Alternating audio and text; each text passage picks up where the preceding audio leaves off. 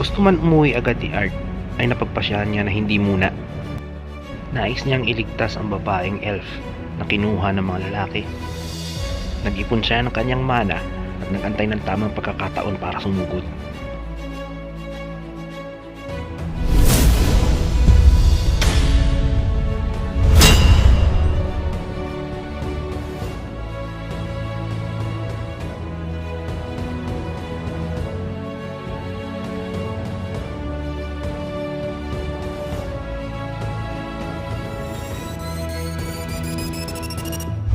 Kailangan niya magmadali bago magising ang dalawa. Pero nagulat siya na gising na pala ang mga ito. Kaya inunahan na niya kaagad ang isa para isa na lang ang kanyang kakalabanin.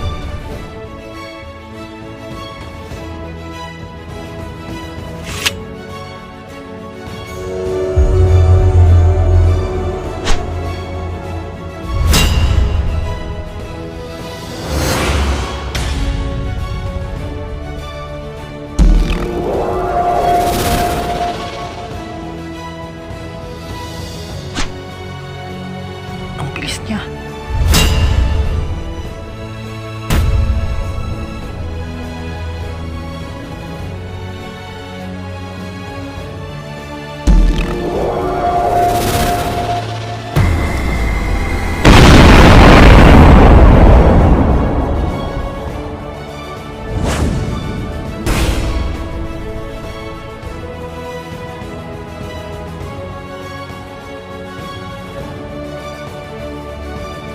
Nagmakaawa man ang bandido, hindi niya ito pinagbigyan. Matagumpay niyang nailigtas ang batang elf.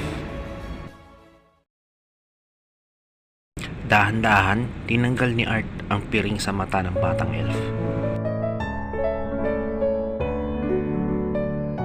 Sabay sabi ng paalam si Art. Pero pinigilan siya ng batang elf at nagmakaawa na samahan siya pauwi. Sinabi ni Art na mayroon din siyang pamilya na nag-aantay sa kanya. Kaya kailangan na niyang magmadali. At sinabi niya na safe ang mga elf sa kagubatan, diba? Agad naman na hindi sumang-ayon ang elf dahil ang mga beasts ay takot lang sa mga adults. Tinanong ni Art kung alam ba ng babae kung gaano katagal ang paglalakbay patungo sa kanilang lugar.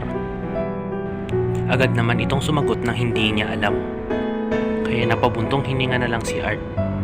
Sabay sabi na manatili ang elf sa kinatatuyuan nito. Akala ng elf na iiwan siya ni Art.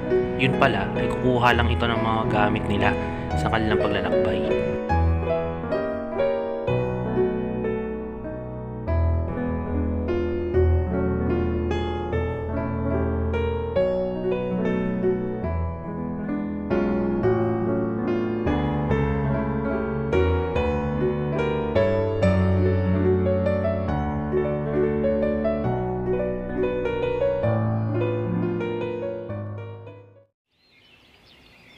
Habang sila ay naglalakbay ay mas nakilala nila ang isa't isa.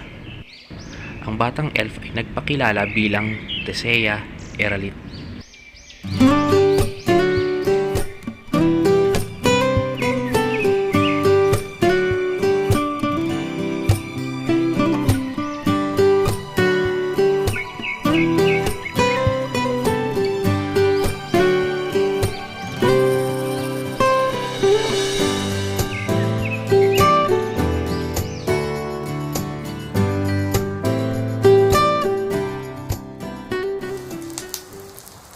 Napansin ni Arthur na inaantok na si Tesea kaya naman pinapatulog na niya ito.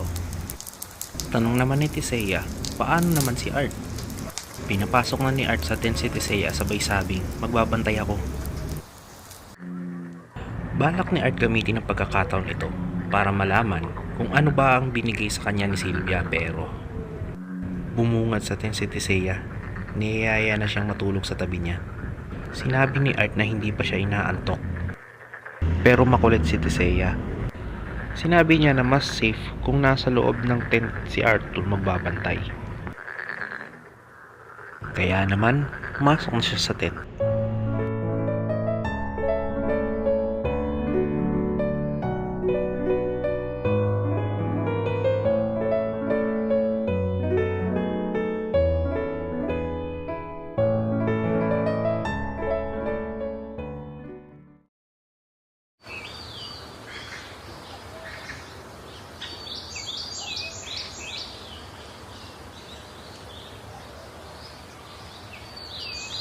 Kinaumagahan ay agad din sila naglakbay. Pansin ni Art na iba ang tingin sa kanya ni Tisea, pero sinawalang bahala niya ito dahil hati ang kanyang isipan sa kanilang paglalakbay at sa pag-uwi niya sa kanyang pamilya.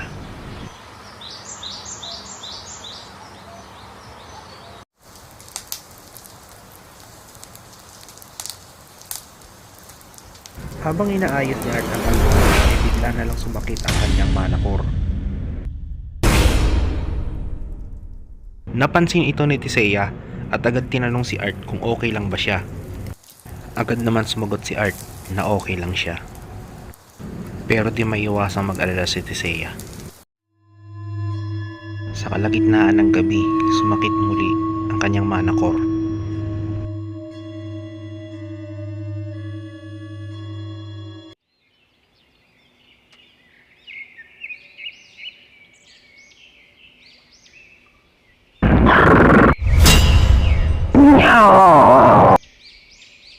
Pag umaatake ulit ang sakit, ay nagtatago na lang si Art dahil ayaw niyang mag-alala si Tisea.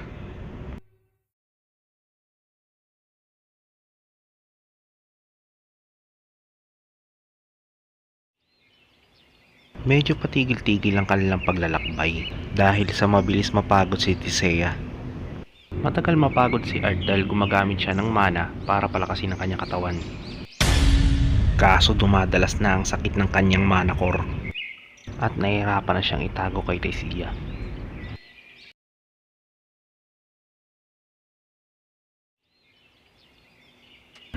Tanong ni Tisea kung pwede na lang ba niyang tawagin si Arthur na Art na lang tulad ng tawag ng kanyang pamilya sa kanya. Sabi ni Arthur wala siyang pake. Tila nagtampo si Tisea kaya naman sinabi ni Arthur, "Kinagagalak ko na tawagin akong Art ni Tisea." Kaya sabi ni Tisea, "Para kang matanda magsalita." Bawi ni Art, "Kaysa naman crybaby na katulad mo." At may biglang nakita si Tisea. Ito ay ang marka patungo sa kanila. Tanda na malapit na sila sa kanilang destinasyon.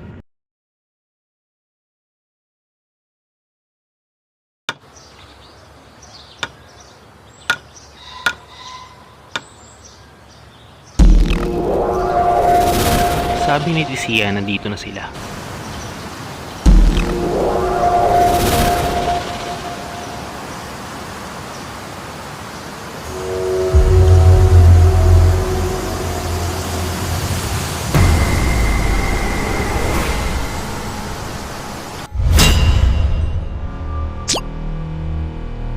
Pinapatayo ni Tisea si Art. Namangha si Art sa kanyang nakita.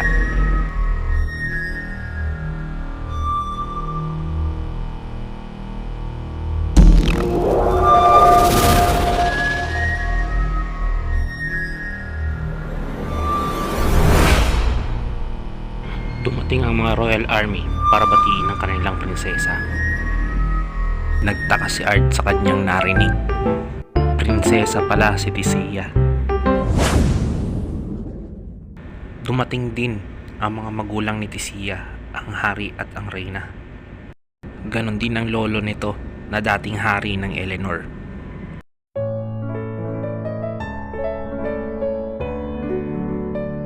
Ganito din kaya mangyayari pag nakauwi na din ako, wika ni Art sa kanyang isip.